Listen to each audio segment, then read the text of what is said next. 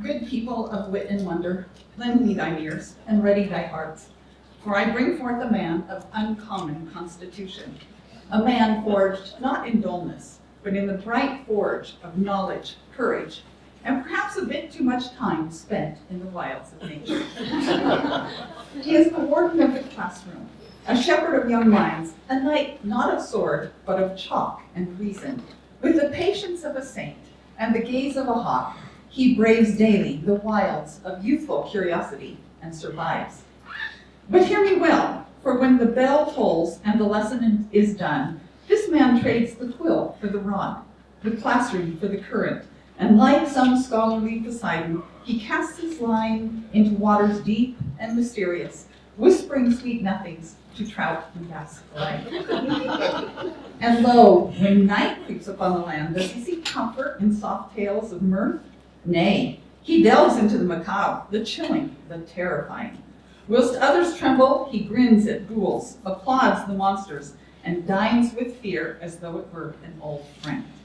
Behold him then, the teacher of minds, conqueror of carp, champion of chills, the fearless fisher of knowledge, the one and only Dennis Cutchins.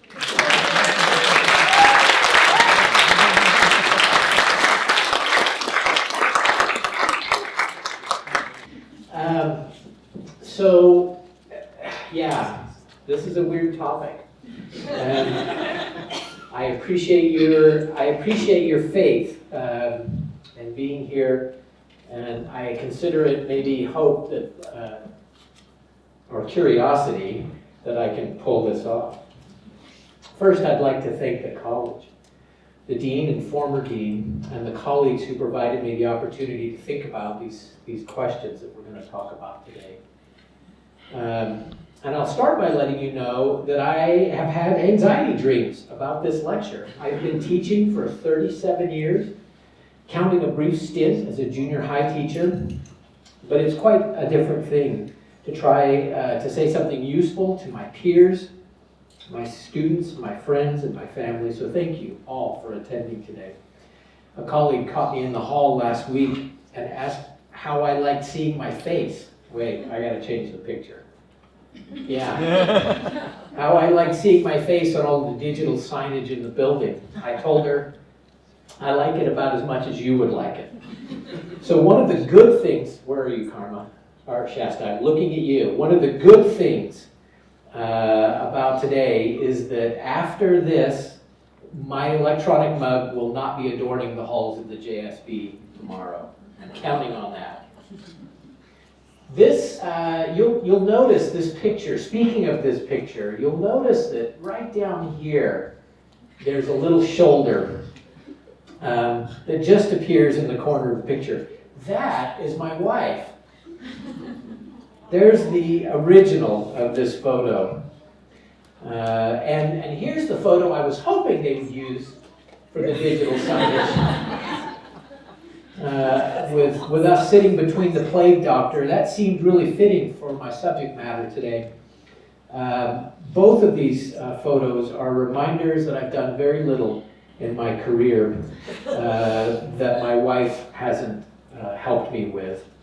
When I was completing my junior high school teaching, finishing my BA, earning my MA and PhD, and eventually taking this job, I'm grateful for her companionship. Thank you, and I love you. And the rest of you, don't worry. I'll be talking more about my family in a few minutes, so I'm sure you can't wait. I understand this is a lecture on citizenship, but as I've been taking these notes over the past several months, the lines between teaching and research have become blurred at best and non-existent at times. I believe that facilitating learning is my goal here at BYU, and teaching is simply my profession. This idea is largely the result of recognizing that many of the best teaching moments and learning moments that I've had in my career have had very little to do with teaching and a great deal to do with being a citizen. But what it means to be a citizen is not always clear. Some ideas seem to resonate. Citizens, as far back as classical times, and citizenship meant establishing bonds or connections that extended beyond family to unite people of different backgrounds or classes, beliefs. Citizens have rights, but they also are expected to fulfill responsibilities that typically include some kind of service to the community. And citizens are expected to take an active role in governing their own communities. At the university, citizenship may be understood as the work that happens quietly in the background, the work that makes the more visible elements of teaching and learning possible. I've taken the time to discuss citizenship here because for the next few minutes, I'll be talking about zombies. And the connections may seem a little tenuous. I hope you'll have patience with me. Some of you may be secretly accusing me of choosing my title in an effort to attract a bigger audience. I admit I'm not above that kind of thing, but in this case, I don't think my title is either hyperbole or metaphor. I believe that we are literally living through the zombie apocalypse. What we might term zombie behaviors are becoming increasingly common everywhere, even at the university. If citizenship and higher education is the effort to create and establish and maintain infrastructures that allow teaching and learning to take place, then it faces serious challenges in universities across the country in ways that echo the tropes of zombie films. The idea of the zombie was first described in print in the United States anyway, by William Seabrook in his 1929 book, The Magic Island. Seabrook, who was a strange person, a racist, and a pretty awful human being, visited Haiti a year or so before publishing the book and described it as an exotic and romantic place full of danger and evil. Thankfully, we don't think much about Seabrook anymore, but the idea of the zombie has become a fixture in popular culture. Seabrook's zombies were under the complete control of the person who created them. Thus, he notes, people who had the power to do this go to a fresh grave, dig up the body before it has time to rot, galvanize it into movement, and then make of it a servant or slave, occasionally for the commission of some crime. He continues that while the zombie came from the grave, it was neither a ghost nor yet a person who had been raised like Lazarus from the dead. The zombie, they say, is a soulless human corpse, still dead, but taken from the grave and endowed by sorcery with a mechanical semblance of life. It is a dead body which is made to walk and act and move as if it were alive. Since 1929, the word has come to mean a lot of different things, but we often think of zombies as mindless creatures. As the OED suggests, they're capable of movement, but not rational thought. Zombies do not have relationships with others, and they certainly are not endowed with agency. They are, in a word, soulless. The Magic Island became the inspiration for the 1932 film White Zombie, starring Bela Lugosi as Legendre, a zombie master who uses his undead slaves to operate a sugarcane mill. Of course, his profits from the mill are wonderful since he doesn't have to pay any of his workers. White Zombie might have been the first zombie movie, but it was certainly not the last. The Internet Movie Database lists hundreds, perhaps even thousands of zombie movies made since '32. These include films like Scooby-Doo on Zombie Island and Scooby-Doo Returns to Zombie Island. Daddy, I'm a Zombie, and Mummy, I'm a Zombie.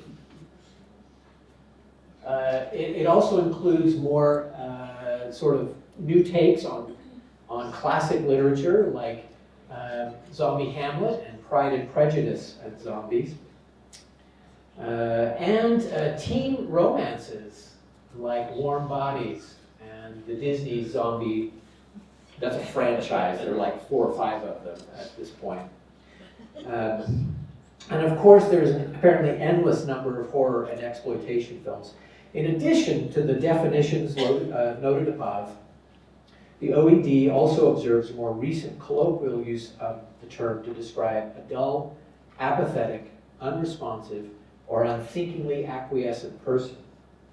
This is likely the definition that Simon Pegg had in mind when he created his 2004 film Shaun of the Dead, a comedy in which the zombie apocalypse occurs, but Shaun, the protagonist, doesn't notice.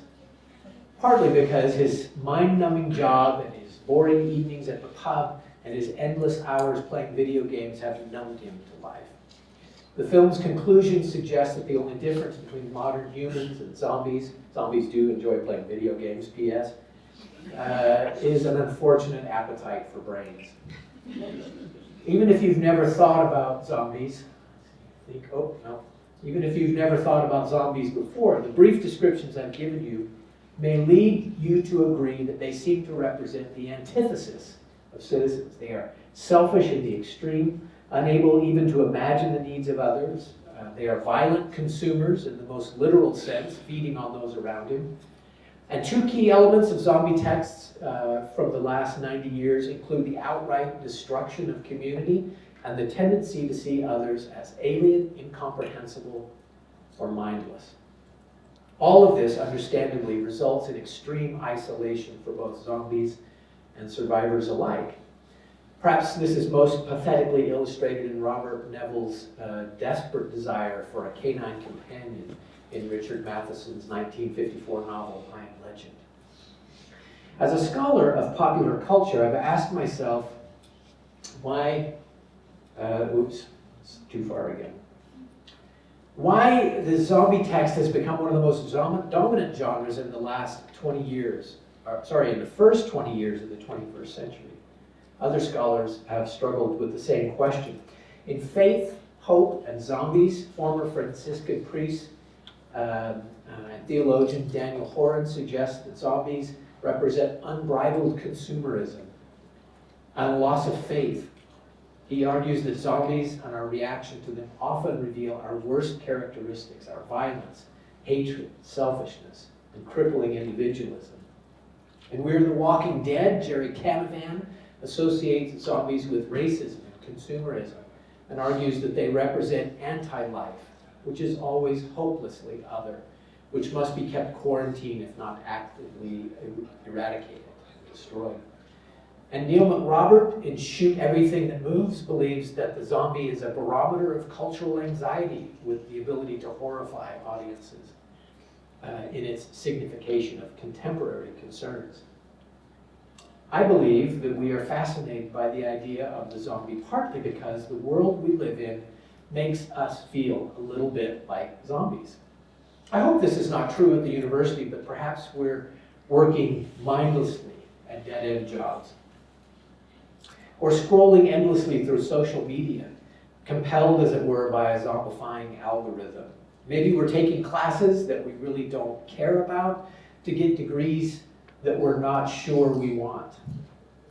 When I talk about zombie media in my classes, I often begin by asking students if they might be zombies. I ask them, for instance, what they're worried about, and they typically mention romantic relationships, and grades and midterms, and getting jobs, and high interest rates, and overdue graduation school applications. Sometimes I ask them, how many unanswered emails or texts do they have in their inbox? This is always an interesting question.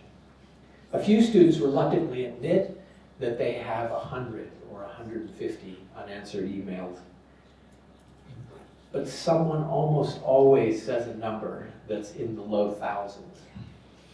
I won't ask how many unanswered emails you have, but I know that when I have more than 50, I begin to get anxious about it. I dread opening my emails.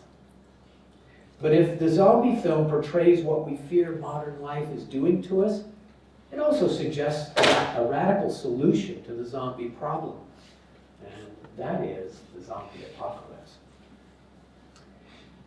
There is an element of fantasy or wish fulfillment in this zombie apocalypse. Most of these fantasies seem to have one thing in common. The apocalypse demands that we answer a single question: what really matters? When life boils down to the least common denominators, then the clutter of our lives is suddenly put into perspective. With this new perspective, we might be able to discover what's really important to us. The zombie apocalypse promises to make most of the worries of contemporary life go away. No LSAT, no GRE, no midterms, no broken air conditioning or faulty furnace, no government shutdown, no voting, no politics at all. No performance reviews at work, no appointments, no bills, no retirement planning, no worries about the stock market or Social Security, and you will never have to open Workday again. The zombie apocalypse guarantees that your life will be simpler. Your to-do list would consist of only 3 items: food, shelter, and clothing. Oh, and your goal at the end of each day is don't die. A few weeks ago, my colleague Chris Crow noticed the title of my lecture and sent me a collection of zombie haiku. Apparently he's been writing these for years. Here's a sample. Thoreau, a zombie? Who else would want to suck the marrow out of him? But Thoreau is very apt here. His plea that we simplify our lives is beautifully fulfilled by the fictional zombie apocalypse.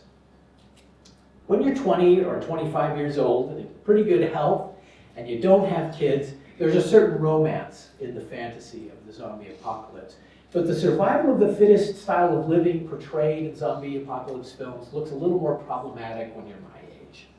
A few prescriptions and a bad knee make it easy enough to see the personal problems with this fantasy, and the large-scale problems quickly become evident too. We're frightened by zombies because we fear that we might be becoming zombified, losing our agency, becoming soulless and dull and apathetic and unresponsive. The fantasy of the zombie apocalypse is attractive because it promises to simplify or clarify our lives, potentially focusing us on things that are really important. But the catch-22 of this apocalyptic solution is the end of community as we know it and the death of citizenship. In the zombie apocalypse, we would not just lose our overfilled inboxes, but all of the more or less invisible infrastructures that we usually take for granted as well. Power grids, internet, trains, hospitals, churches, governments, courts, laws, families, and of course, schools can't survive in communities that have been dissolved. Indeed, educational structures and infrastructures would be the first casualties of the zombie apocalypse. So, now, a word from our sponsor. I've used the word infrastructure several times. Where's my friend Jamie? I saw her for a moment. There she is. Who's this guy? Do you remember? I have no idea, but it's a nice mustache. Yes, it is. And I'd like to talk about infrastructures in general for a moment.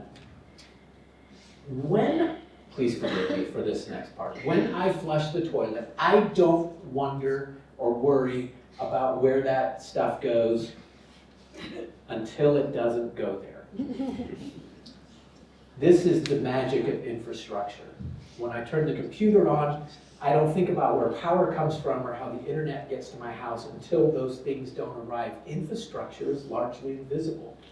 This spring, during a trip to a Victorian sewer pumping station on the outskirts of London, I learned about this guy, Joseph Bazalgette. He's the man who helped imagine, campaign for, and eventually build the London sewer system. It's a system that's largely in place 150 years later. Prior to the completion of this system, some of that stuff that goes into sewers ended up on the street where it eventually washed into streams and rivers. The rest was collected in private cesspools and periodically loaded into carts. My wife is making a face, I know, pretty gross. Periodically loaded into carts. Here's the calling card of one of the men who did this. These men who collected these things were called nightmen or night soil men. And you can see they carried big buckets around, and they had big dippers that they would dip down into these cesspools Oh, you guys know all about this, yeah. I have since come to really appreciate, and just there's one of the night soil men. Love that photograph. They would load these onto wagons, haul them out of the city into the country where this material was used for, this resource, sorry, it's a resource, was used for fertilizer. Pretty quickly, by the way, these night soil men realized, hey, why should we bring our wagons back empty when we can load them with vegetables and then bring those into the city? What could possibly go wrong with that? I've since come to appreciate the tiny piece of infrastructure that is my sewer system a little more. In a brief article titled "Invisible Infrastructure is the Background to Our Modern Lives," Sarah Bell and her colleagues write, infrastructures are systems that make our cities work. Water, energy, transport, data, and waste infrastructure supply the basic services needed for urban life. Infrastructure shape communities and the environment and embody social and political values, though they remain largely unnoticed. They are the background to modern lives. Typically, Bell writes, people only notice infrastructure on those rare mornings when the power is off, the taps are dry, or more frequently, the internet is slow. Some of us, however, notice infrastructure a little more. If you've ever pushed a baby stroller around this campus, then you've begun to, you know where every elevator is, you know where every ramp is, you know where every bathroom with a changing station exists. Those are all pieces of infrastructure. As Bell and her colleagues write, people who use wheelchairs become experts in details of transport infrastructure, of which able-bodied people can remain ignorant. The infrastructures of the university where we work and attend include the same things Bell lists, water and sewer and those kinds of things. BYU has a small army of people responsible for creating and maintaining these typically invisible things. But for a moment, I want to focus on the infrastructures that we, as faculty and students and academic staff are responsible. We might consider these educational infrastructures. What are some of the things we take utterly for granted until they fail? When I imagine the idea of educational infrastructure, I need to gesture here for a moment. I picture someone holding open a space where education can take place, and they're holding it open against all kinds of pressures, many of them social and economic, and these are very real. But that's what we do, right? We sort of hold these open. These infrastructures are places, sometimes real, sometimes physical, sometimes virtual, that are built and maintained, often at great cost, to provide a place where education can happen. To think strictly about physical space for a moment, classrooms, offices, labs, testing centers, and libraries all come readily to mind. But educational infrastructure also includes things we don't think about, things that are invisible. Benches in hallways, restaurants, alcoves, like the alcoves in our building, carols in the library, and grassy quads are all part of our educational infrastructure. Our own library is a great example of the sort of more obvious kind of infrastructure. The library protects books and documents and papers. It provides a place where databases are made accessible. But if the library's purpose were only to protect books and these kinds of items, then it would make sense to design an airtight vault with a single door and a good lock. But the library has two main purposes. That's one of them. The other is to make these things easily accessible to us. That is an amazing idea, and it doesn't take a ton of imagination to see how fragile it is. Is it possible to lose infrastructure? Of course. We lose it all the time. In the fall, In the fall of 1988, I was an undergraduate at BYU, and one day, wandering through the bookstore, I saw this book on the shelf. It's called 20 Teachers. On the back you can see the price tag. It cost me $7.95 from the BYU bookstore. I saw this book. I was intrigued by the title because I was planning on becoming a junior high or high school teacher. It wasn't assigned in any of my classes. It wasn't recommended by any of my teachers, and yet I bought it, and I read it. And recently I realized that most of my educational philosophy, the philosophy that's guided my teaching for the last 30 years, came from a few of the interviews found in this little book. I'm literally at my job now in part because I read it, which is pretty cool. But this happy accident that led me to this book could not happen today because the BYU bookstore no longer exists. After Don Fossum retired, the book sections of the store began to shrink. And eventually they were all but removed. Textbooks are still available for now. But books are a sideline in the new BYU store. Instead of books, it specializes in jerseys and hoodies and expensive jackets. But I find it difficult to blame the store managers for this situation. Students are reading fewer and fewer books. And I'm sure it was difficult to justify dedicating thousands of square feet of retail space to a product that wasn't selling. In this case, consumers dictated the infrastructure that was worth keeping. Why try to sell a product that no one is buying? But here's the rub. The old bookstore was more than just a store. It was also a piece of educational infrastructure that was elbowing room in a crowded and busy campus for the idea of reading books. It offered students and staff and faculty a chance to browse and perhaps to find a little book that could change their lives. Who knows?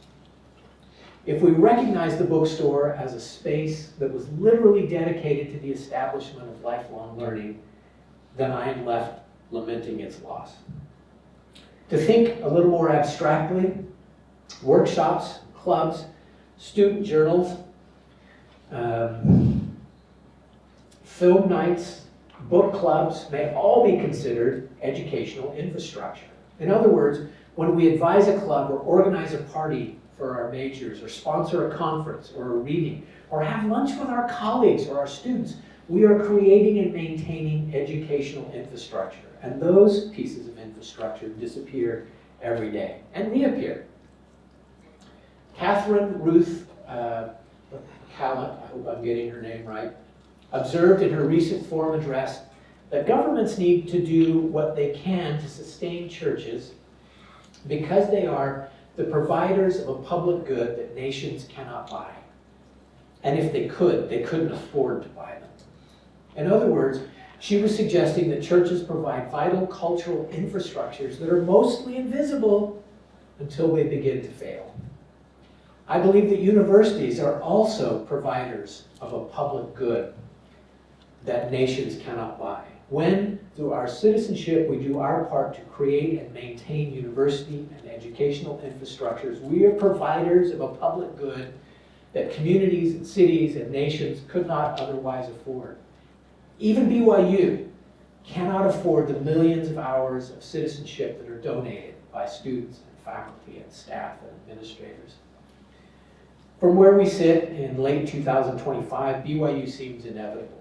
But we need to realize that it was created by hand and by millions of tiny decisions that were made over the years by regular people. Nothing about our situation here was inevitable or easy. It came about because of intentional hard work. That is citizenship. I was recently reminded of this work. In 2012, for the 100th anniversary of the Mazer Building, BYU created a 30-minute documentary titled Journey to Temple Hill, the Brigham Young University story. A 3-minute version was re-released as part of BYU's 150 celebration. One thing is made crystal clear in the older, longer version of that film. The university where we teach and work and serve is not an accident. It's the result of vision and hard work. In the film, President Jeffrey Holland notes, there are legions, there are thousands of faithful people who have made this institution what it is. We owe those people so much who came here and stayed and sacrificed and served. Gordon B. Hinckley proclaims, we're the beneficiaries of the visions and the dreams, the labors and the sacrifices of all who have gone before us. And John Tanner, our own John Tanner, said of the pioneer founders of what was to become BYU, they're just trying to survive, and yet they have a deep concern for their own education and for the education especially of their children. Now, I promised a few minutes ago that I would talk more about my family. I know you've been waiting breathlessly for that. So let me get to it. When I think about the personal infrastructures that we're talking about, I can't help but think of one of my nephews. I'm not going to say who, because some people know him here. 3 years ago, this young man in his early 20s at the time was, for all practical purposes, a zombie. He and his girlfriend were barely functional. They didn't have jobs. They were addicted to drugs. They scraped money together from various sources, including shoplifting. They lived in a trailer on a piece of property owned by his grandparents and only had that place to live because of the kindness of these retirees. At one point, the grandmother's sister remarked, "If they were my grandkids, I'd kick them out." His grandmother replied, "If they were your grandkids, I'd kick them out too, but they're not. They're my grandkids, and I can't put them on the street." So she held out hope in the face of obvious defeat. She and her husband, both retired for more than 20 years and suffering from significant health problems, continued to provide food and a roof over their heads. They prayed for them every day. I knew, everyone around them knew, that these kids were a lost cause. But guess what? We were wrong. And Grandma and Grandpa were right. In the past 2 years, my nephew and his girlfriend have gotten sober. They both have jobs. And this year they got married and began attending church. This has happened in large measure because of grandparents who put their foot in the door and refused to let it close.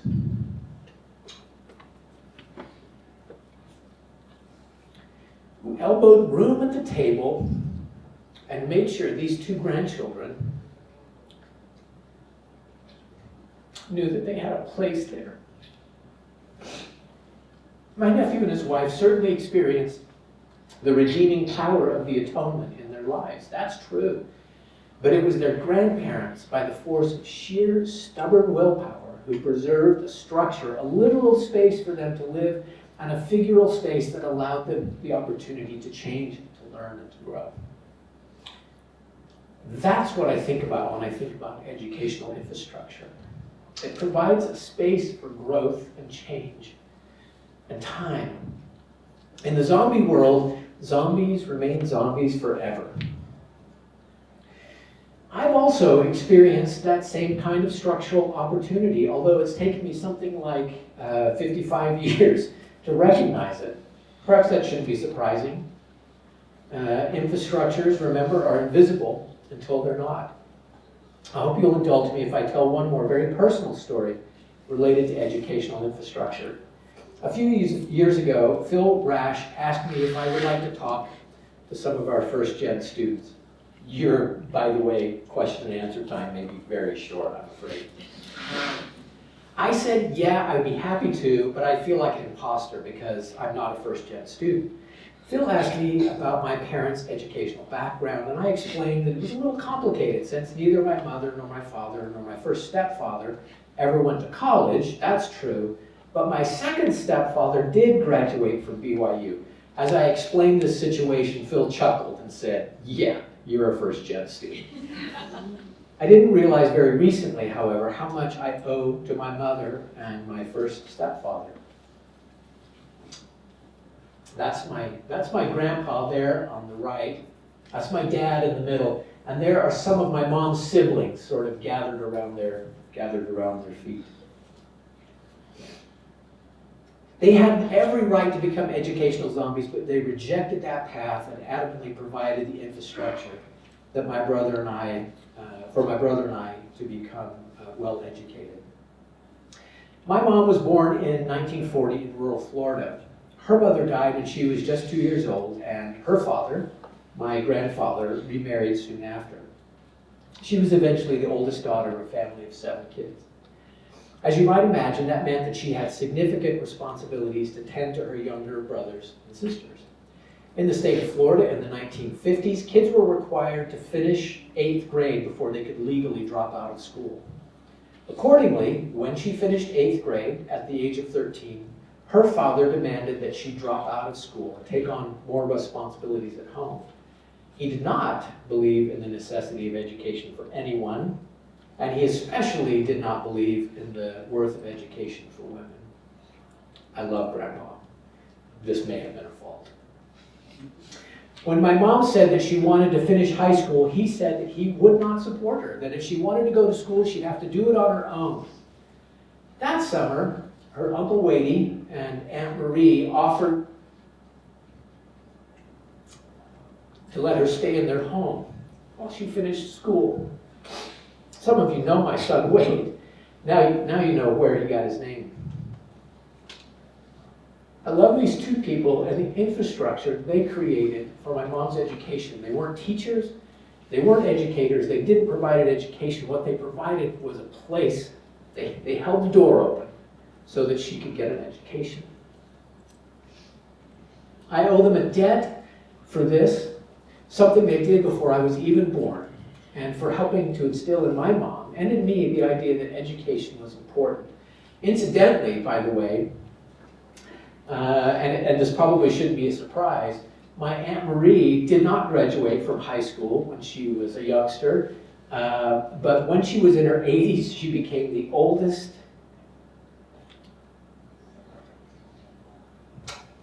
graduate ever at Chipley High School. My mom did graduate from Chipley High School. That's her senior picture in 1958, but the idea of attending college was likely never even in her universe. She lamented that lost opportunity as an adult, but she was an avid reader all of her life and the epitome of a lifelong learner. My first stepfather, here he is there on the left, that handsome guy. I wonder if you can tell which one is me. That's a suit I wish I still had today.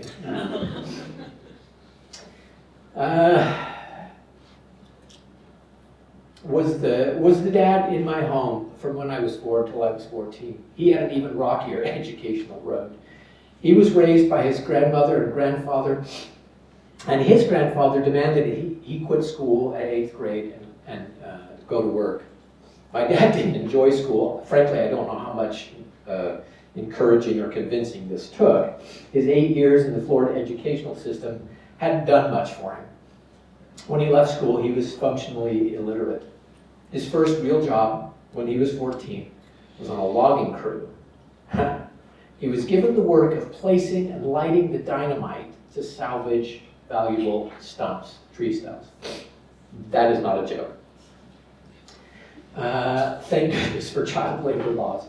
I guess the grown men on the crew thought he was young and could run faster than someone who's older. Or maybe they just thought he was expendable, who knows.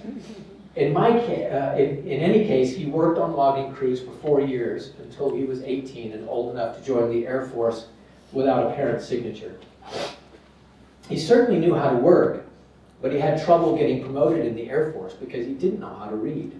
I have a distinct memory from my childhood.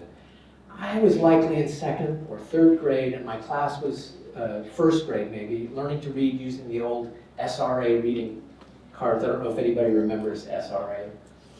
My memory is that for a short time, my dad and I were using the same box of reading cards to learn to read. In retrospect, that memory is absolutely heartbreaking for me. Now, I tell you these stories not to elicit sympathy for my sad childhood. Honestly, I had a wonderful childhood.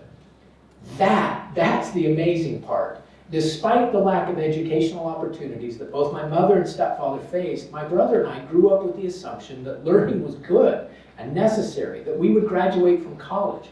We were encouraged and expected to do well at school, and both of us eventually earned graduate degrees.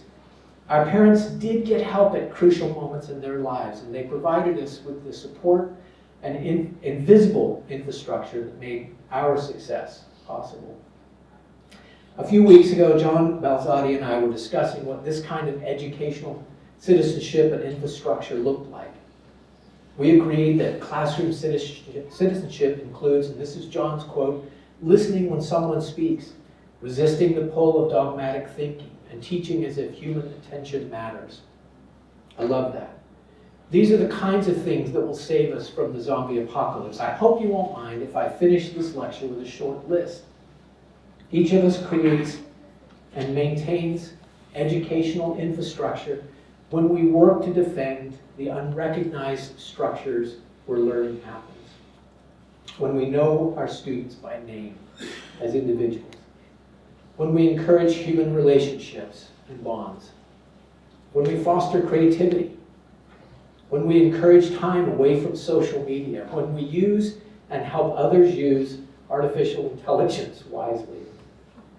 When we hold off the inevitable pressures of economic reality while students are learning. When we stick around for a few minutes after class or after office hours and chat with students.